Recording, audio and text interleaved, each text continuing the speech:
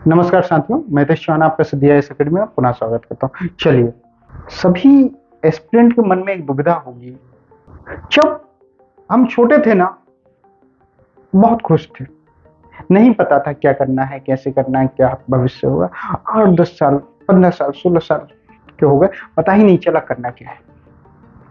पापा ने जो कपड़े ला के दे दिए वो पहन लिए, जो मोबाइल दे दिया वो चला लिया, जो साइकिल ला दी वो उससे घूम लिया, सब कुछ कर लिया। लेकिन सर, जैसे ही 15 साल के हुए, 15 ईयर के बाद हमें एक बात पता चली कि सर, जीवन में कुछ करना है। हमें पता चला अमीरी और गरीबी का फर्क। हमें पता चला कि हम किस पोजीशन पे हैं। हमें पता चला कि हम किस जाति से बिलोंग करते हैं। हमें पता चला कि हम किस क्षेत्र से बिलोंग करते हैं, और हमें पता चला कि हमें भविष्य में क्या करना है। इस पूरे सिनेरियो में या इस पूरे घटनाक्रम में एक कंफ्यूजन का एक दौर स्टार्ट हो गया आपके जीवन में, और उस कंफ्यूजन में आपको समझ में नहीं आ रहा है कि आपको करना क्या है। आपको पल्ले नहीं पड़ रहा है कि आपका भविष्य क्या होगा। आप जब 15 साल के थे तो आपको लगता था कि आप दादागिरी बताएंगे, आप गुंडागिर्दी करेंगे, आप बहुत कुछ करेंगे। और कुछ बच्चों को लगता था आप बिजनेस करेंगे, कुछ लोगों को लगता था कि आप अपने पापा की तरह बनेंगे। देखिए, आपके पापा जिस भी फील्ड में होंगे, ज्यादातर बच्चों को लगता है कि उसे अपने पापा की तरह बनना है। लेकिन जब वो 15 क्रॉस करता है तो उसे रियलिटी पता चलती है, समाज की, मार्केट की, और उसके भविष्य के बारे में वह सोचने लगता है। बहुत सारे बच्चे बहुत कुछ सोचते हैं। ऐसे करके वो 10th या 12th पास कर लेता है और विभिन्न सेक्टर में वो अपना डिवीजन कर लेता है। कुछ बच्चे एमपीपीएससी की तरफ जाते हैं, कुछ बच्चे आईआईटी करते हैं, कुछ बच्चे पीएमटी करते हैं, कुछ बच्चे कुछ और कुछ, और वहीं पे एक साधारण सा बच्चा किसी गांव में रह रहा होता है और वो डिसाइड करता है कि उसे यूपीएससी करना है, आईएएस। सर, आईएएस बनना है उस बच्चे को, ये डिसाइड करना ही अपने आप में बहुत बड़ी बात है। सर, इंडिया में अगर 140 करोड़ की पॉपुलेशन होगी ना, तो 139 करोड़ लोग ये डिसाइड ही नहीं कर पाते। उन्होंने कभी इस बात की कल्पना नहीं की कि वो कलेक्टर बन सकते हैं या बनना चाहेंगे या अपने बच्चों को बनाना चाहेंगे। लेकिन वह एक व्यक्ति डिसाइड करता है कि कलेक्टर बनेगा, आईएएस बनेगा या यूपीएससी की तैयारी करेगा। तो यहीं से शुरू होता है यूपीएससी में एक कंफ्यूजन का दौर।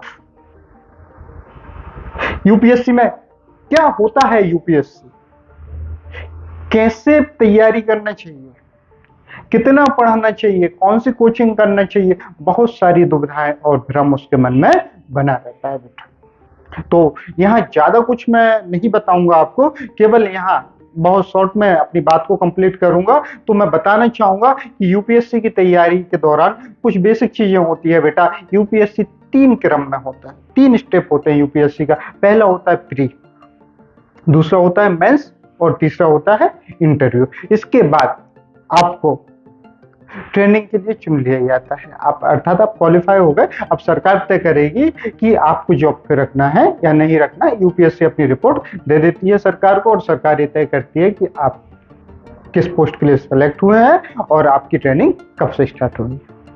चलिए, इन 3 क्रमों में बेटा एक बहुत बड़ा दुविधा का दौर स्टार्ट होता है। व्यक्ति 99% यूपीएससी की तैयारी करने वाले बच्चे ये तय नहीं कर पाते कि उसकी तैयारी की रणनीति सही है या गलत है।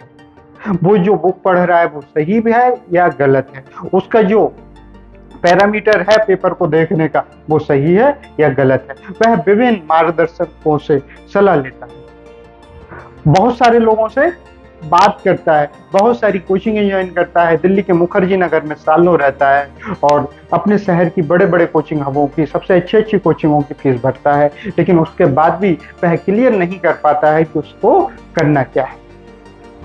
तो इस तरह से एक यूपीएससी में भ्रम का दौर स्टार्ट हो जाता है और वह तय नहीं कर पाते कि उनका भविष्य क्या होगा। तो बेटा, यूपीएससी में आप लोगों के साथ में ऐसी कोई कंफ्यूजन जैसी चीजें ना रहे, इसके लिए आपको क्या करना है। तो पहले आप उन करोड़ों लोगों से हटके उन लाखों लोगों की क्वांटिटी में आ गए हैं जो आईएएस की तैयारी नहीं करते। तो प्राउड योर सेल्फ, अपने आप पे बेटा प्राउड करना कि आप आईएएस की तैयारी करें।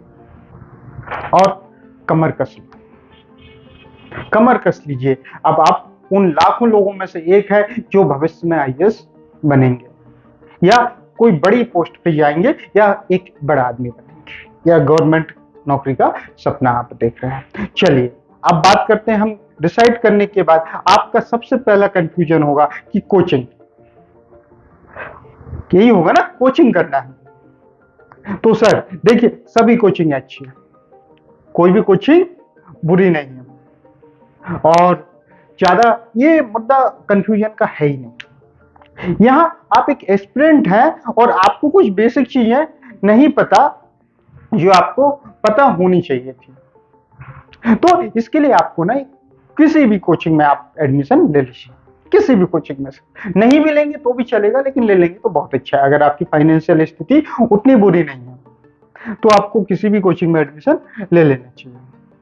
ठीक है, कोचिंग में एडमिशन लेने के बाद अब शुरुआत होती है, अच्छा पढ़ना, फैकल्टी अच्छा पढ़ा रहा है, बुरा पढ़ा रहा है, गलत पढ़ा रहा है, आप क्या बुक पढ़ रहे हैं, इन सब दौर का। तो इसमें है ना आप लोगों को ना ज्यादा कंफ्यूजन नहीं होना बेटा, सभी फैकल्टी अच्छा पढ़ाते हैं, आपको वो अपना नॉलेज शेयर कर रहे हैं, आपको वही लेना है जो वो दे रहे हैं, और उसके बाद आपकी जर्नी स्टार्ट होती है। देखिए क्या होता है, उंगली पकड़ के है ना पापा या मम्मी या घर वाले जब तक चलाते हैं जब तक आप खड़े नहीं हो पाते, घुटनों पे चलते हैं, जब भी आपको उंगली का सहारा दिया जाता है। तो यकीन मानिए आप जिस भी कोचिंग में एडमिशन लेते हैं, जिसके भी मार्गदर्शन में काम करते हैं, आप अभी एक छोटे से बालक हैं और आप घुटने पर हैं, वह व्यक्ति आपको खड़ा करने का प्रयास कर रहे हैं। तो उंगली भी पकड़ाएगा, हाथ भी पकड़ाएगा, कुछ भी करेगा, लेकिन खड़ा होने के बाद बेटा दौड़ना आपको ही है।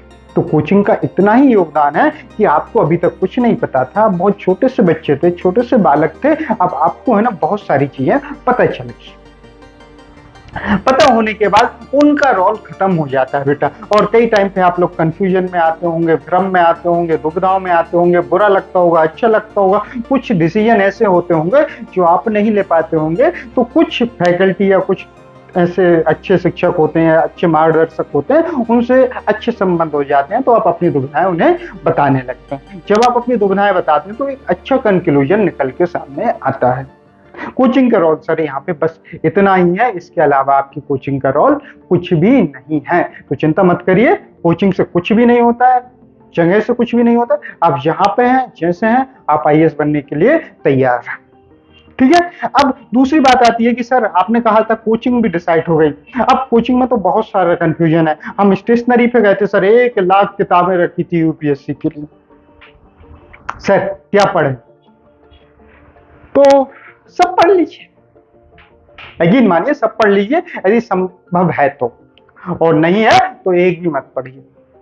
सारी किताबों से बोलिए हमें आप पे भरोसा नहीं है। अब जाइए सरकारी डिपार्टमेंट, बेटा एनसीईआरटी उठाइए, एनसीईआरटी ध्यान रखना, जो सीबीएसई की किताब होती है वो उठाइए, उससे बाहर सिलेबस आपका नहीं है।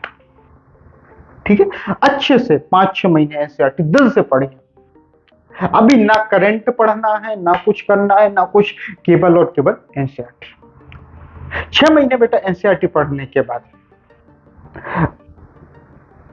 अब आपका एक बहुत बड़ा दुविधापूर्ण विषय होगा ऑप्शनल, कि आप किस सब्जेक्ट को ऑप्शनल लेंगे। ऑप्शनल का चुनाव आप अपनी मर्जी से करिए, जो भी आपका डिसीजन होगा आप ऑप्शनल का चुनाव करिए और 6 महीने ऑप्शनल को दीजिए। अब बेटा आप तैयार हो गए, अब आपने मेंस की तैयारी कर ली है, ऑप्शनल की तैयारी कर ली, अब आप अपने सिलेबस उठाइए, 5-6 महीने में अपने सिलेबस को कंप्लीट कर दीजिए। ठीक है, ठीक है, 5-6 महीने में जैसे ही आपका सिलेबस कंप्लीट होता है उसके बाद अब आपका आता है प्री का दौर। प्री दीजिए, अच्छे से दीजिए, और कुछ गलतियां मत करिएगा, उसके बाद आपका सिलेक्शन तय है। प्री कंप्लीट होने के बाद बेटा मेंस आएगा, फिर इंटरव्यू होगा, और फाइनली आप देखेंगे कि आपकी जॉब लग गई होगी। इस पूरे घटनाक्रम में आप स्पेशल व्यक्ति है, हमेशा समझना, यूपीएससी सबसे ज्यादा आपको निराश करती रहेगी, फेल करती रहेगी, आप बार बार फेल होते रहेंगे, कभी प्री में, कभी मेंस में, कभी इंटरव्यू में। तो जितनी बार फेल होंगे फिर खड़े हो जाएगा एक नई ऊर्जा के साथ में और एक नई निडरता के साथ में, क्योंकि बेटा आपको तय करना है आपको क्या करना है, और आपने एक सबसे बड़ा निर्णय लिया है कि आपको आईएएस बनना है। तो यकीन मानिए आपका डिसीजन बहुत अच्छा है, और आईएएस के लिए तैयारी करने के लिए जुट जाइए, कसम खा लीजिए, कमर कस लीजिए। चलिए इसी के साथ मैं अपनी बात खत्म करूंगा। Thank you.